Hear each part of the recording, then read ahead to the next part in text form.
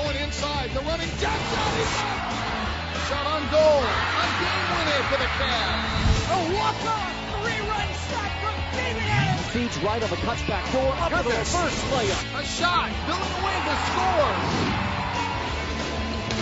Cavalier start the offense behind the cage. Up the left by Rubio. Spins and scores. Rosted is free. She scores. 10-5 on his feet.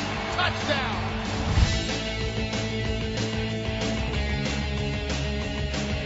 Cavalier Sports Weekly is presented by the Virginia Lottery. The Virginia Lottery, helping Virginia's public schools. And brought to you in part by Geico. 15 minutes could save you 15% or more on car insurance. On this edition of Cavalier Sports Weekly, presented by the Virginia Lottery. This is going to be a defining part of my fourth year, and I can't be happier that I did it.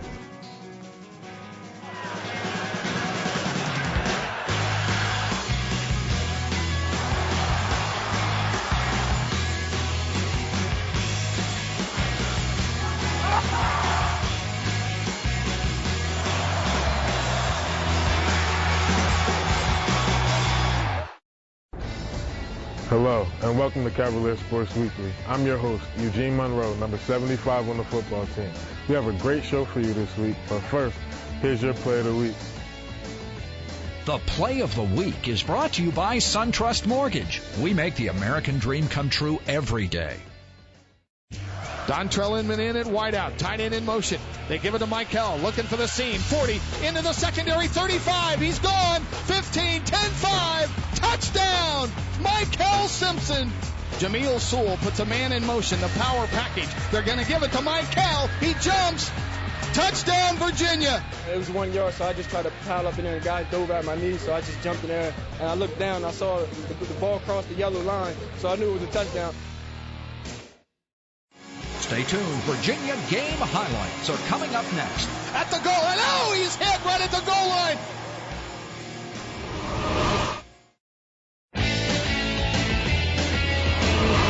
Welcome back to the show. Our football team traveled to Maryland this weekend to take on the Terrapins. Let's check out the game story. The Cavalier game highlights are presented by Geico. 15 minutes could save you 15% or more on car insurance. Cavs go two wide right, receiver near side of the boundary, and Sewell out of the shotgun, pump fake and sets a screen. Michael midfield, 45, 40, 35, 30, near side and knocked out of bounds. The first touch I had in the beginning of the game where I broke off pretty good run, and that just brought me through the whole game. Like the momentum just kept carrying me. A 36-yard attempt for goal. Snap back, ball down. The kick is up. It is long enough, and it is good. The Cavs get on the board.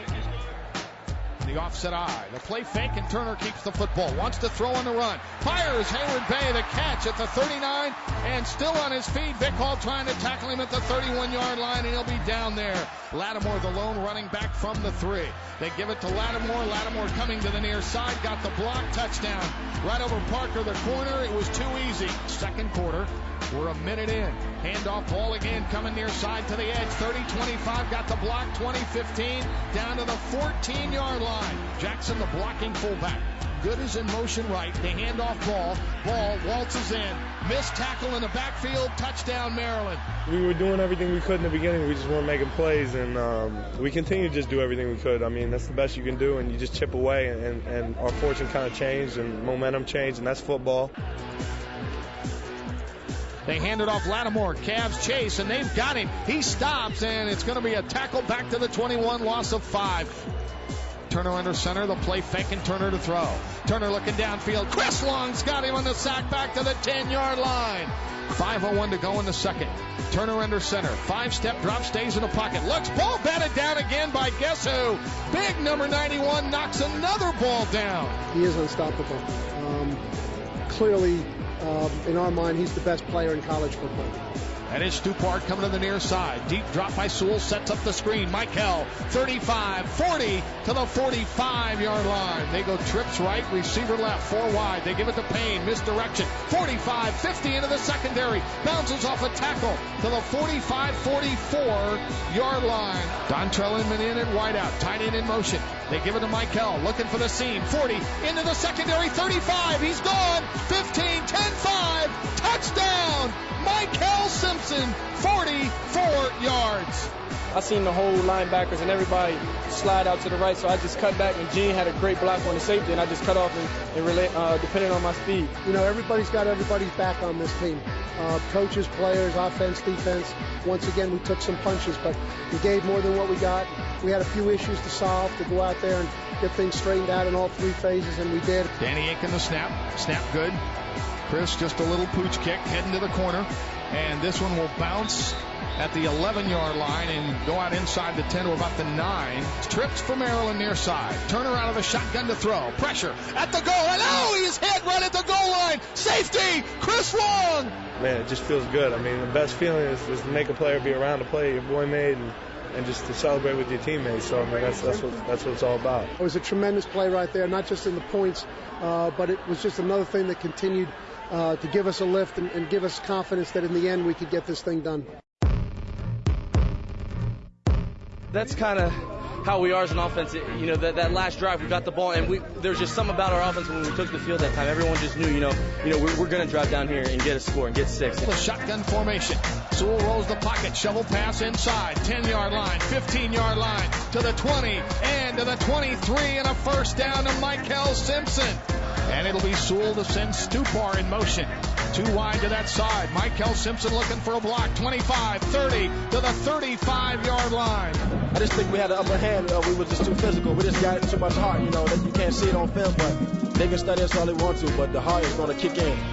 Jonathan in motion. Blitz coming. They set the screen. Michael to catch. 40, 45, 50. Banging ahead to the Maryland 45-yard line.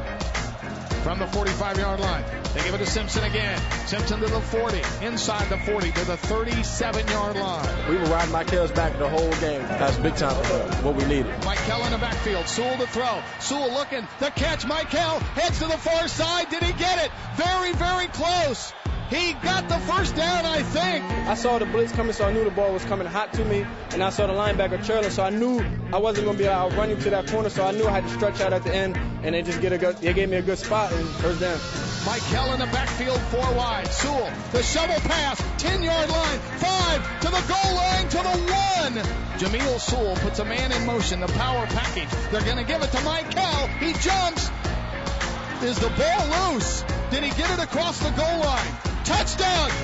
Touchdown, Virginia! I just tried to pile up in there, and guys dove at my knees, so I just jumped in there. And I looked down, I saw the ball cross the yellow line, so I knew it was a touchdown. These guys are great. I mean, this is as much fun as I've had playing a team sport. And 22, I've been on thousands of teams, so I mean, this is just awesome.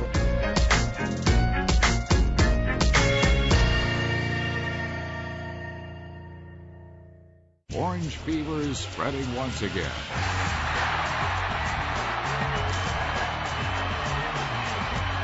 Catch all the highlights on VirginiaSportsTV.com.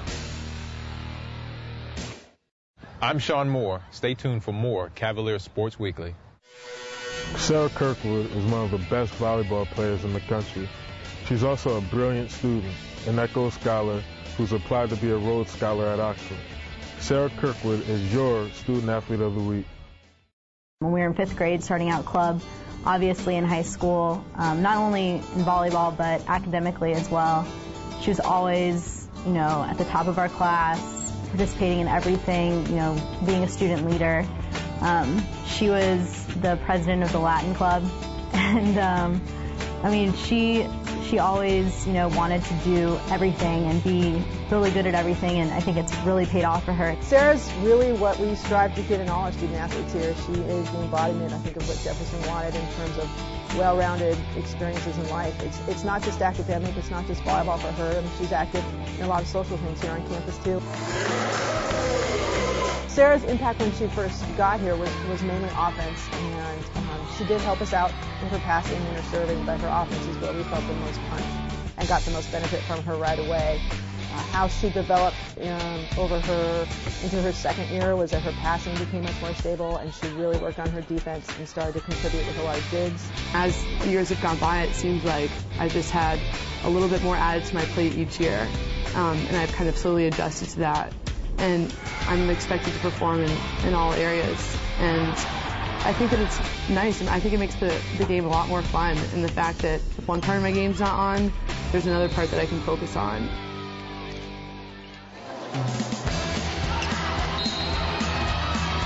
In high school, my health teacher just happened to also be my volleyball coach. And so when everyone else would go and have to, go run a mile or something like that, he would get a cart of balls and take me to the gym, and I would have to practice my jump serve. And he wouldn't let me do it in a game until I could get 10 in a row. And so I remember one day at practice I did it, and from then on I've always jump served. It's an extremely difficult maneuver in terms of timing and getting all the pieces correct. Sarah's got one of the highest tosses you'll see out there, but that allows her to take a nice big approach and get a big swing and a lot of power behind it. If you're not aggressive with it, it's the easiest serve to pass, because unlike a knuckleball serve or a floater like we call it, it doesn't move anywhere. It follows one direct path. It's not going to change directions on you. So what I've developed with my serve is not just the traditional top spin. I've been able to go and incorporate side spins to my serve so that it moves left to right or right to left. We can do a lot of things with it, and we work with it every day. Probably about 2 or 3 times a week we get her serving and trying to hit zones, and it's been a lot of fun to watch it progress, because there's really not many people in Division I athletics that can do what she can do with that serve.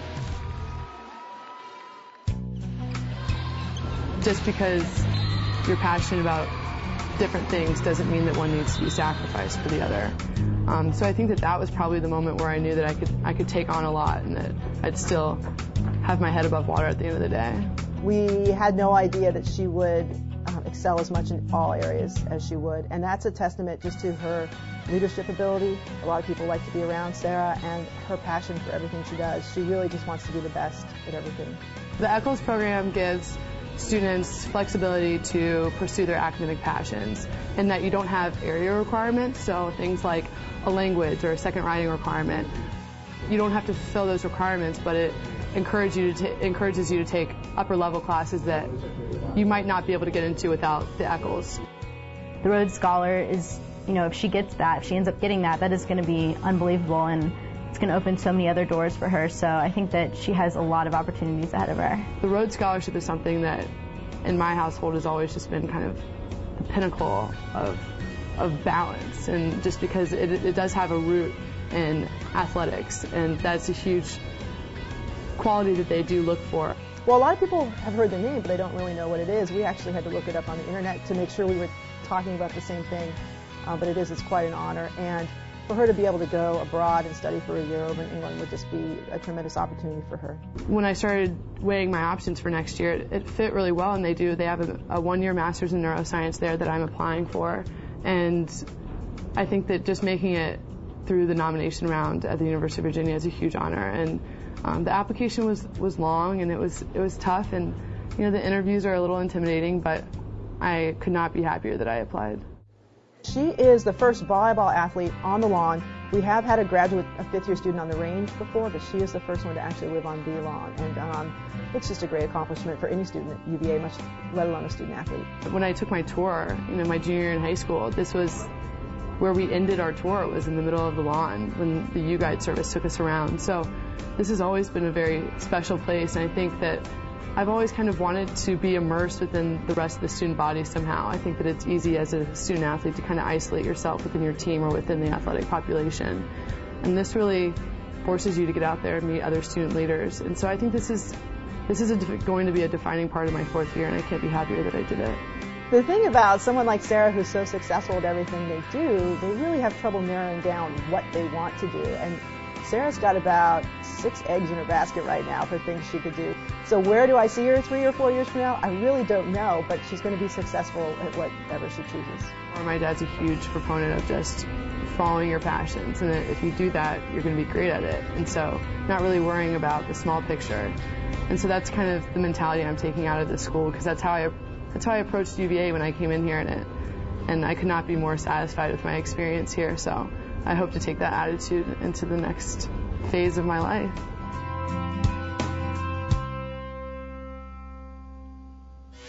In the early 1980s, Virginia football improved rapidly under head coach George Welsh. And in 1984, the Cavaliers were invited to their first postseason bowl game. The Peach Bowl against Purdue is this week's Cavalier Flashback.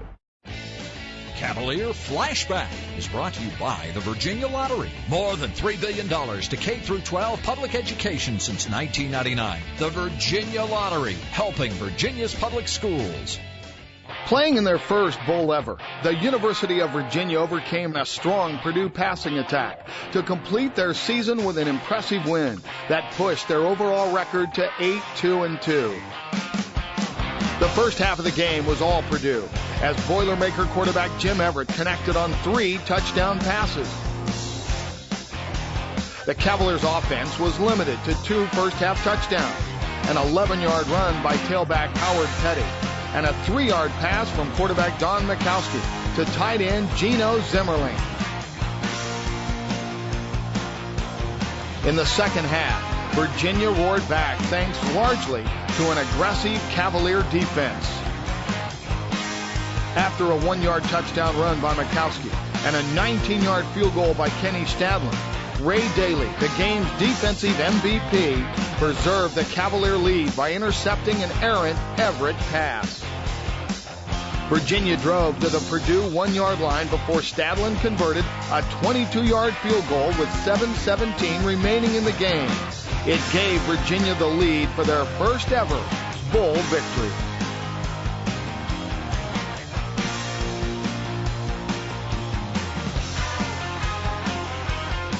Coming up after the break.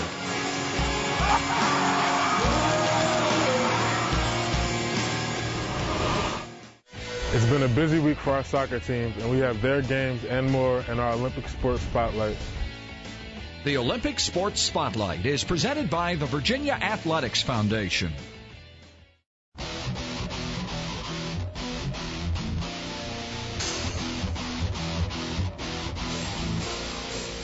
We have a 5-game kind of homestand, and our goal is to win all 5 of them, so it's a good start from that end. Got some different guys on the field. With a corner kick, Jonathan kicked it in, and Ross kind of shielded the guy, and the ball just landed in front of me and had a shot. In the middle, everybody went up for it, and it just happened to fall to Jason's feet, and he finished it really well. It's just getting that goal, getting that assist. Mitchell, he's been playing very well for us. Played a little bit of a different position, but I feel like he's going to be a guy that scores goals for us down the road. He just needs to get that one.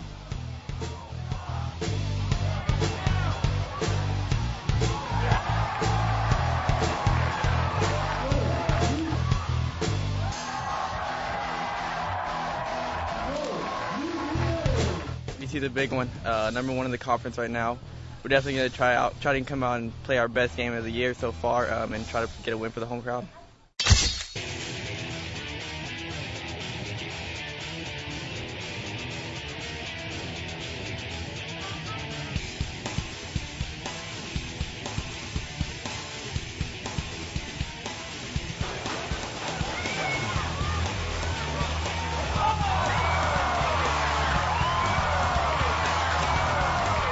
Everyone was hyped up for this game. It was a night game. We knew a lot of people were coming, so everyone was just from the start, we knew what we had to do.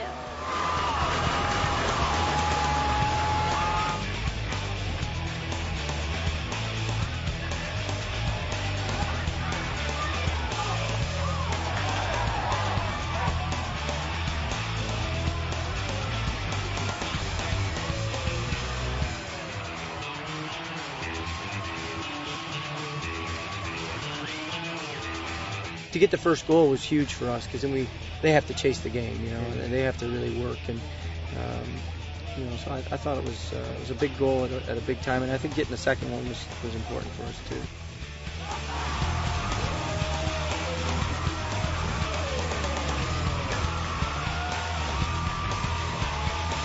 We've been very successful here, and I couldn't say that it was just us. I think being playing in front of these kind of crowds and this kind of atmosphere makes a big difference for the players. And I think motivation-wise, there's not much I have to say in a game like tonight to motivate them.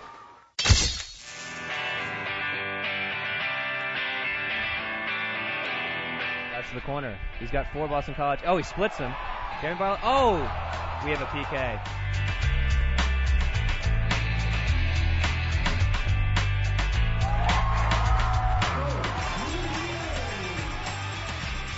Boston College wasn't undefeated and 4-0 in the conference.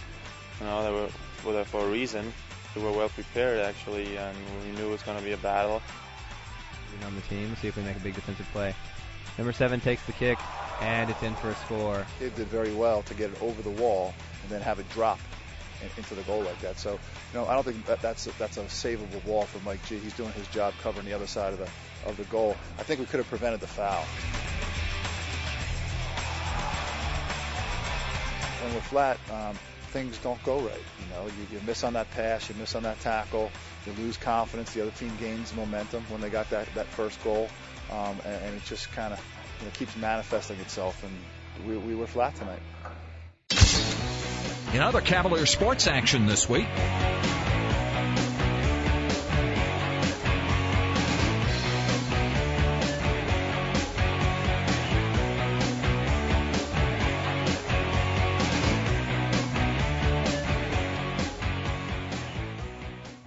Thanks for watching Cavalier Sports Weekly.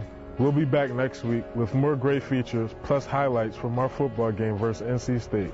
Until then, go Hoos! Cavalier Sports Weekly is presented by the Virginia Lottery, where all profits benefit Virginia's public schools grades K through 12. And brought to you in part by Geico. 15 minutes could save you 15% or more on car insurance.